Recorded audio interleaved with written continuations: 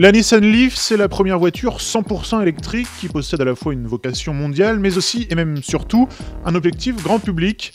En France, d'ici la fin de l'année, il y aura 1400 bornes de recharge réparties dans les 25 plus grandes villes et les principaux axes routiers.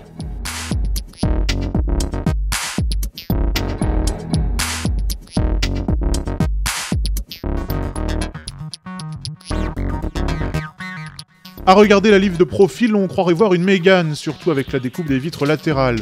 Mais que les amateurs de design un peu moins conventionnels se rassurent, la petite Nissan sait aussi se montrer futuriste, avec ses lignes charmantes et ses optiques à l'avant acérées et rebondies.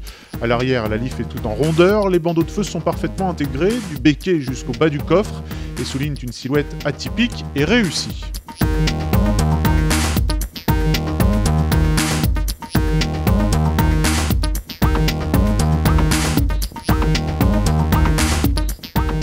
À bord, le style est aussi futuriste, bien aidé par un habitacle très lumineux, la planche de bord est claire, aucun débordement technologique et sa traditionnelle profusion de boutons. Ici, tout est réalisé avec simplicité, goût et qualité.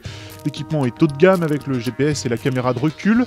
Avec son empattement de 2,70 m, la Leaf possède une excellente habitabilité, tant pour les passagers avant que pour les places arrière.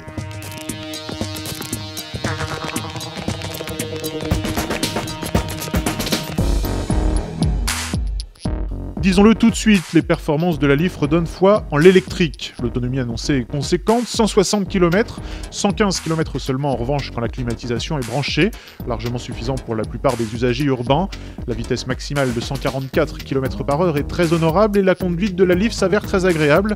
Reste le problème de la recharge. Si le réseau public est loin d'être encore en place, il faut s'équiper chez soi et patienter 8 heures pour obtenir la recharge complète de son automobile.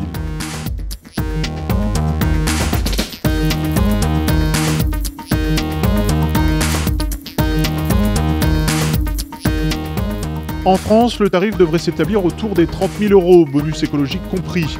C'est donc a priori un marché de niche pour Nissan. L'électrique, malgré toutes ses promesses, reste très peu accessible, comme quoi rouler écolo est encore un luxe.